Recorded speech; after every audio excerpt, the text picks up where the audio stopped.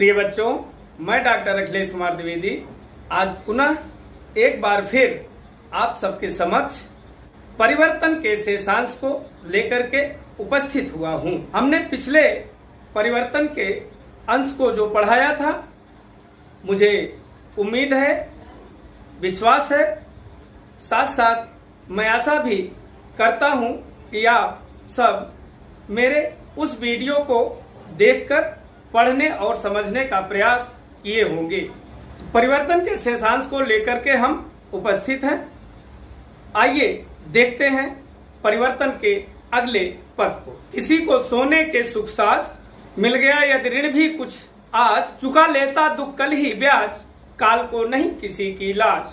प्रकृति के चितेरे कवि पंत जी प्रस्तुत पद के माध्यम से परिवर्तन की अनिवार्यता को दर्शाने का प्रयत्न किया है। कवि का कथन है कि इस संसार में क्षण भर के लिए भी अगर सुख मिलता है तो वह दुख में तत्काल ही परिवर्तित हो जाता है। किसी को सोने का सुख साज, सुवर्ण सुखों की शेष, धन संपत्ति वैभव यदि मिलता भी है तो वह ऋण के रूप में मिलता है, कर्ज के रूप में मिलता है, क्योंकि यहाँ दुख अधिक है और सुख कम है।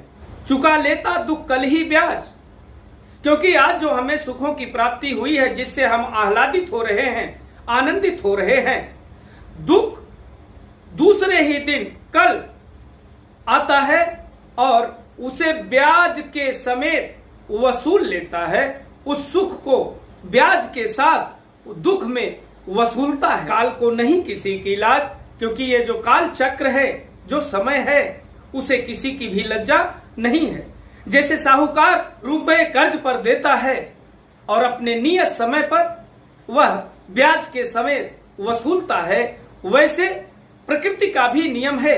यदि आज किसी को सुख मिला है तो निश्चित रूप से कल दुख आएगा और ब्याज के समेत उसे वह वसूल लेगा, क्योंकि वह देनदार है, वह साहूकार है, उसे किसी की लज्जा नहीं है। या और कोई नहीं करता है, बल्कि यह सारा काम परिवर्तन के माध्यम से होता है। विपुल मणि रत्नों का छबिजाल, इंद्रधन की सी छटा विशाल, विभव की विद्युत ज्वाल, चमक छिप जाती है तत्काल। कितना सुंदर परिवर्तन के माध्यम से पंत जी परिवर्तन की अनिवार्यता को बताने का प्रयत्न किया है। उनका कथन है, अनेक मणियों और रत्नों की चमक, इंद्रधनुष के रंगों के समान, विभिन्न प्रकार के संपत्तियां, धन, वैभव, संपदा की कांति कभी कभी चमकती है व्यक्ति के जीवन में।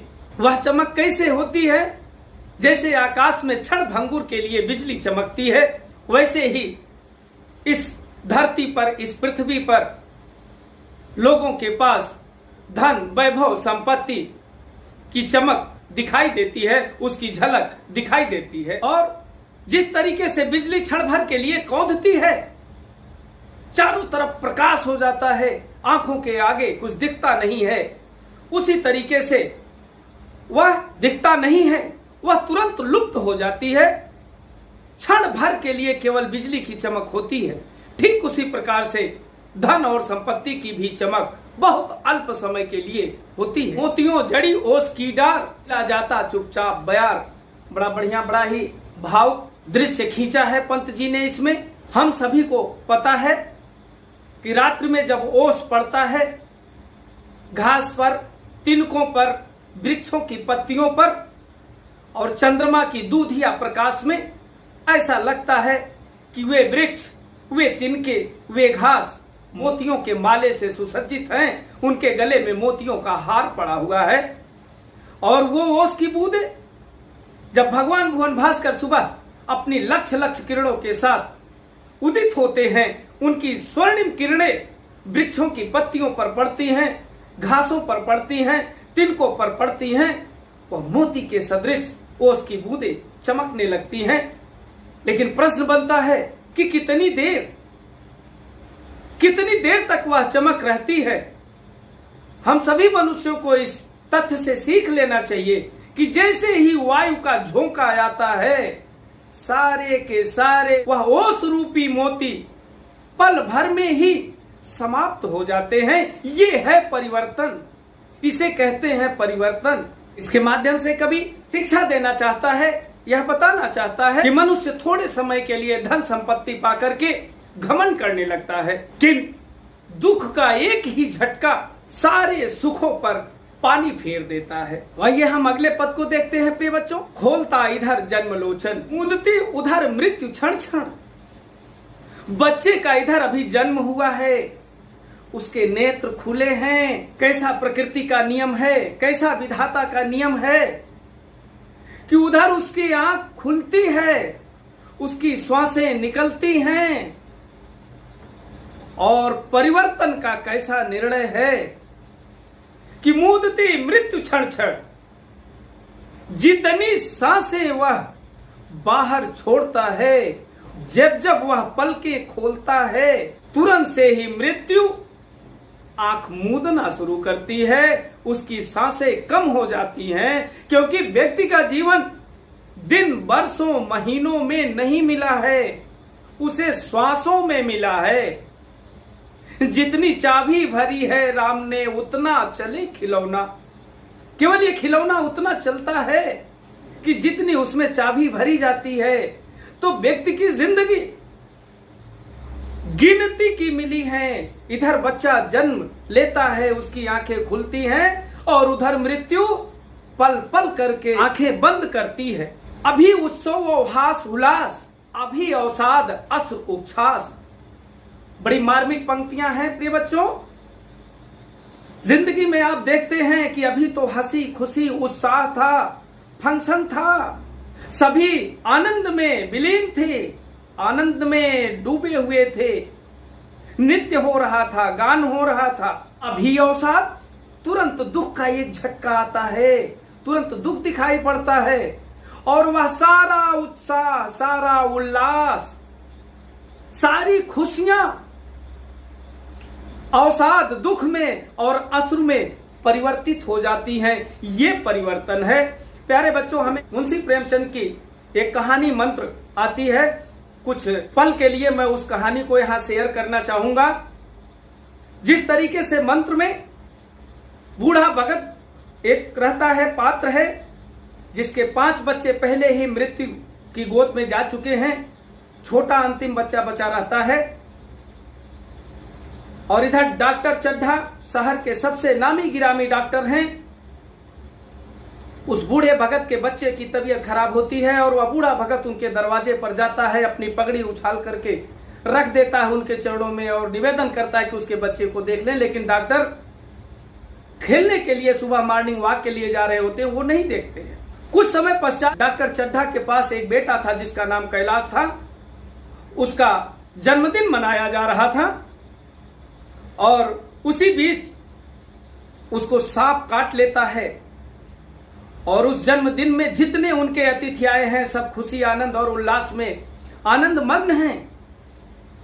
और जैसे सांप काटने की घटना सुनाई देती है, सारी खुशियां, सारा उत्साह, सारा उल्लास किस तरीके से दुख में बदल जाता है। मैं इस छोटी सी कहानी के माध्यम से सिर्फ ये बताना चाहता था प्रिय बच्चों कि जो ये हंसी उल्लास खुशी उत्साह है, परिवर्तन एक ही झटके में इसे कैसे दुख में और अश्रु में परिवर्तित कर देता है। आश्चर्य तो तब होता है जब हम सभी मानव अपने अपने घरों में जन्मदिन मनाते हैं, खुशियां मनाते हैं कि आज हमारे बच्चे का जन्मदिन है। किस बात की खुशी मना रहे हैं? आप ये नहीं सोच रहे हैं कि इतने दिन इसके जिंदगी के कम हो गए, आप उसकी खुशी मना रहे हैं। 12 साल हो गया बच्चा, 20 साल का हो गया, तो क्या हम खुशी मना रहे हैं कि हमारा बच्चा 20 साल का हो गया, या हम ये इस चीज की खुशी मनाते हैं कि इसकी जिंदगी से 20 साल कम हो गए? ये स्थिति है संसार की। लोगों को पता नहीं चलता कि क्या सुख है और क्या दुख है। झूठे सुख को सुख कहे, मानत है मनमोद, और जगत चबैना काल का, कुछ मुख में कुछ गोद। क्या पूरा संसार यमराज का चबैना है, दाना है? कुछ को तो उसने निगल लिया है, और कुछ उसकी गोद में है जिसका नंबर आने वाला है कि उसको भी निकाल करके वह खाएगा। हम इंसान सभी झूठे सुख को ही वास्तविक सुख मान लेते हैं और उसमें आनंदित होते हैं। कबीरदास का एक दोहा और मुझे याद आया बच्चों, जिसमें उन्होंने कहा है, माली यावत देख कर कलियां कहीं पुकार, और फूल फूल को चुन लिया अब की हूं मेरी बार। कली सहम जाती है माली को देख करके कि इसने तो फूल को तोड़ लिया है, आज फूल तोड़ा है, लेकिन कल आएगा जब मैं फूल में परिवर्तित होंगी तो मुझे भी क्या करेगा, तोड़ लेगा। तो प्रिय बच्चों, मेरे बहादुर बच्चों, ये है परिवर्तन, इसी को परिवर्तन कहा जाता है। अचिरता देख जगत की आप, इस नश्वरता को देख करके, इस धरती के विनाश को देख करके, इसके परिवर्तन को देख करके, इस संसार की अचिरता को देख करके, इसकी नश्वरता को देखकर शून्य भरता निःश्वास समीर। ये जो आसमान है, जो आकाश है, ये दुख भरी लंबी गहरी सांसें लेता है। इसकी नश्वरता को देखकर, इस संसार की अचिरता को देखकर उसका भी हृदय कांपने लगता है, वह दुख भरी लंबी गहरी सांसें लेता है और डालता पातों पे चुपचाप ओस के आंसू नीला आकाश। जो ओस गिरती है, जिसे सुबह हम ओस का नाम देते हैं बच्चों, वह ओस नहीं है, बल्कि इस संसार की अचिरता को देखकर, नश्वरता को देखकर दुख भरी लंबी गहरी सांसें जब आकाश लेता है, वह रोता है और उसके आंसू हमें ओस के रूप में दिखाई देती हैं। वो जो पत्तों पर, जो घासों पर, जो तिनकों पर, जो वृक्ष की पत्तियों पर ओस की बूंदें दिखाई देती हैं, जो सूरज की, भगवान भुवन भास्कर की लक्ष लक्ष किरणों से चमचमाती हुई मोती के समान दिखाई देती हैं, वो ओस नहीं है, बल्कि इस संसार के दारुण दुख, इस परिवर्तन को, इस अचिरता को, इस नश्वरता को देख करके आकाश का दिल रोता है और उसके नेत्रों से अश्रु गिरते हैं। उसे हम मोती सदृश से ओस मानते हैं बच्चों। सिसक उठता समुद्र का मन, यही आकाश केवल नहीं, इस संसार की अचिरता को, नश्वरता को देख करके समुद्र सिसकियां लेने लगता है, उसका मन भी कांप उठता है। सिहर उठते उड़गन और सारे तारे कांप उठते हैं आकाश के, उसमें जो ताराओं का प्रतिबिंब पड़ता है स्वच्छ सागर के जल में, और जब उसमें लहरें उठती हैं तो वो हिलने लगते हैं। तो लगता है इस संसार की अचिरता को और नश्वरता को देख करके ताराओं का मन विचलित हो जाता है, वो कांप उठते हैं, वो सिहरने लगते हैं। अंतिम पद बच्चों परिवर्तन का, ये बड़ा ही महत्वपूर्ण भी है परीक्षा के दृष्टिकोण से, और बार बार बोर्ड की परीक्षाओं में पूछा भी जाता है। तो मैं चाहूंगा कि आप ध्यान पूर्वक एकाग्र मन से इसको देखने, सुनने और समझने का प्रयास करें। अंतिम पद परिवर्तन का, अहे निष्ठुर परिवर्तन, हे क्रूर निर्दयी निष्ठुर परिवर्तन, तुम्हारा ही तांडव नर्तन। का कथन है कि अरे निष्ठुर, अरे निर्दयी परिवर्तन, ये और कुछ नहीं है बल्कि तुम्हारा ही तांडव नृत्य है। तांडव नृत्य क्या होता है बच्चों? भगवान शिव ने तांडव नृत्य किया है, और जब भी प्रलय होना होता है, जब भी इस पूरे ब्रह्मांड का विनाश होना होता है, तो भगवान शिव तांडव नृत्य करते हैं, जिसमें सब कुछ विलीन हो जाता है, कुछ बचता नहीं है।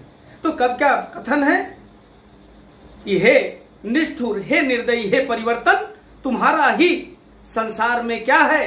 तांडव नृत्य है, विश्व का करुण विवर्तन। और जब तुम कभी भी तांडव नृत्य करते हो तो समूचे विश्व का विनाश हो जाता है, तुम्हारे नृत्य में संपूर्ण संसार समाप्त हो जाता है, उसका अस्तित्व नष्ट हो जाता है। तुम्हारा ही नैनो उन्मीलन, तुम्हारे ही नेत्रों को खोलना और बंद करना, नैनो उन्मीलन, नेत्रों का खोलना और नेत्रों का बंद करना, एक बार पलक गिराना और पलक को खोलना, नैनो उन्मीलन। निखिल उत्थान पतन, संपूर्ण उत्थान और पतन है। मतलब परिवर्तन का एक बार केवल नेत्र खोलना उत्थान है, और बंद करना पतन है, समाप्त है। ये है परिवर्तन।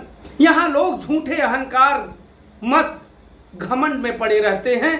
4 दिन की चांदनी फिर अंधेरी रात। यहां किसी को कुछ पता नहीं है, कोई अस्थाई नहीं है, सब कुछ टेम्पररी है, कुछ भी परमानेंट नहीं है। Everything in this world is temporary, not permanent. He who is born is bound to die one day. It is definite, यह निश्चित है, यह सत्य है। He who is born is bound to die one day, जिसने जन्म लिया है उसकी मृत्यु भी निश्चित है। Death will come to all, मृत्यु तो सबके लिए आती है, कोई ऐसा नहीं है।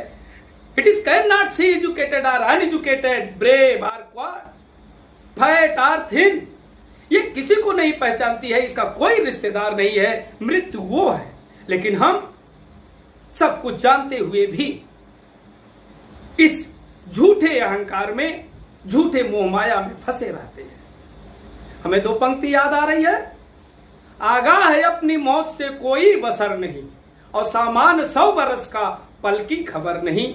बच्चों, हमें अपने जिंदगी का एक क्षण का भी भरोसा नहीं है, लेकिन हम कई पीढ़ियों का इंतजाम करने में मशगूल रहते हैं, सब कुछ भूल जाते हैं। तुम्हारा ही नैनो उन्मीलन, निखिल उत्थान पतन, हे परिवर्तन, तुम्हारा ही नेत्रों का खोलना और बंद करना पूरे ब्रह्मांड का, पूरे संसार का उत्थान और पतन है। अहे बासुकी सहस्त्रपन, परिवर्तन यहां किस रूप में आया है? कवि ने कहा कि अहे बासुकी सहस्त्रपन, हजारों फड़ी वाले हे सर्पों के राजा बासुकी। वही सर्पों का राजा जो बासुकी है, वही क्या है? परिवर्तन है। लक्ष्य अलक्षित चरण तुम्हारे, लक्ष्य लाखों अलक्षित जो दिखाई नहीं पड़ रहे हैं। क्या एक इतिहास बन के रह जाता है? वहां इस बाढ़ में इतने आदमी मर गए, वहां विस्फोट में इतने मर गए, वहां भूकंप में मर गए, इतने युद्ध में मर गए, क्या बाद में एक इतिहास रह जाता है? वक्षस्थल पर, इस संसार के वक्षस्थल पर, इस सीने पर न दिखाई देने वाले लाखों लाख तुम्हारे पैरों के चिन्ह के निशान तुम इस संसार के वक्षस्थल पर छोड़ते जा रहे। सत सत फेनो उच्छ्वासित, सैकड़ों सैकड़ों झाग विष से भरे हुए एक फुफकार भयंकर, तुम्हारा जो फुफकारना है, फुफकार मरना है, भयंकर फुफकार मरना है, सैकड़ों सैकड़ों झाग से युक्त जो तुम फुफकार मारते हो, तुम्हारे दिखाई न देने वाले लाखों संसार के घायल वक्षस्थल पर चिन्ह छोड़ रहे। हे परिवर्तन, तुम्हारे सैकड़ों सैकड़ों झाग विष से युक्त झाग उगलने वाले उच्छ्वास तथा गंभीर भयंकर बढ़ती हुई फुफकारें घुमा रहे हैं घनाकार जगती का अंबर, घनाकार पृथ्वी तथा आकाश को घुमा रहे हैं। भारी परिवर्तन हो रहे हैं, भारी बदलाव हो रहे हैं। आगे कब क्या कथन है कि हे परिवर्तन रूपी सर, मृत्यु तुम्हारा गरल दन कंचुक कल्पांतर। कब का कथन है कि जो मृत्यु है वही तुम्हारे विषैले दांत हैं। हे परिवर्तन, मृत्यु ही तुम्हारे क्या हैं? विषैले दांत हैं। गरल, गरल माने विष होता है। मृत्यु परिवर्तन का दांत विषैला, विष से युक्त दांत जो है वह कौन है? मृत्यु है। चुक कल्पांतर। और जब हे सहस्त्र फण वाले बासुकी नाग, जब आप अपनी केचुली छोड़ते हैं तो पूरे कल्प का अंत हो जाता है। कल्प एक समय का पैमाना है, दिन, महीना, वर्ष, शताब्दी, कई शताब्दियों को मिला करके एक बार कल्प होता है। और कल्प का अंत तब होता है जब इस पूरे सृष्टि का विनाश हो जाता है। तो हे बासुकीनाग, तुम्हारा केचुली का उतारना छोड़ना ही पूरे कल्प का क्या है? अंत है।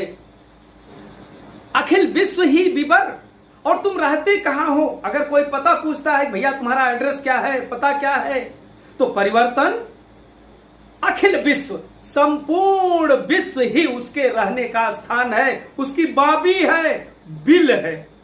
परिवर्तन कहां रहता है? संपूर्ण विश्व में ही उसकी बाबी है, उसकी बिल है, उसी में परिवर्तन रहता है। वक्र कुंडल, सर्प को देखिए केंडुली मार करके बैठा रहता है गोलाई में। वक्र कुंडल, केंडुली मार करके वह परिवर्तन पूरे संसार में, पूरे विश्व में क्या है? बैठा है। दिक मंडल, दसों दिशाओं में कोई ऐसी जगह नहीं है जहां पे परिवर्तन नहीं। काव्य सौंदर्य में प्रिय बच्चों आप देख लें, प्रस्तुत पद में प्रकृति के चितेरे कवि पंत जी ने परिवर्तन की भयंकरता को परिलक्षित किया है, दिखाया है, दर्शाने की चेष्टा किया है। पूरे पद में सांग रूपक अलंकार है, क्योंकि परिवर्तन को सर्पराज बासुकी के रूप में दिखाया गया है, इसलिए इसमें सांग रूपक अलंकार है। साथ ही अनुप्रास अलंकार की छटा देखने को मिलती है। पूरे पद में शांत एवं रौद्र रस की अभिव्यंजना परिलक्षित हो रही है। भाषा शुद्ध साहित्यिक खड़ी बोली ओजमयी भाषा है और शैली प्रभाव उत्पादक मुक्तक गीत शैली है। गुण में ओज गुण का प्रयोग दिखाई दे रहा है। शब्द शक्ति लक्षणा है। तो प्रिय बच्चों, आज हमने आपको प्रकृति के चितेरे कवि सुमित्रा नंदन पंत जी के परिवर्तन के शेषांश को आपको पढ़ाने और समझाने का प्रयास किया। मैं आशा और उम्मीद करता हूं कि आप निश्चित रूप से एकाग्र मन से इसको देखेंगे, समझेंगे और पढ़ने का प्रयत्न करेंगे। इसके साथ साथ मैं ये भी चाहूंगा गृह कार्य में आप सुमित्रा नंदन पंत जी के जीवन परिचय को लिखेंगे और उनकी रचनाओं को कंठस्थ करेंगे। तो बस आज के लिए इतना ही और आप स्वस्थ रहें, मस्त रहें, व्यस्त रहें, अध्ययनशील रहें। प्रिय बच्चों, धन्यवाद।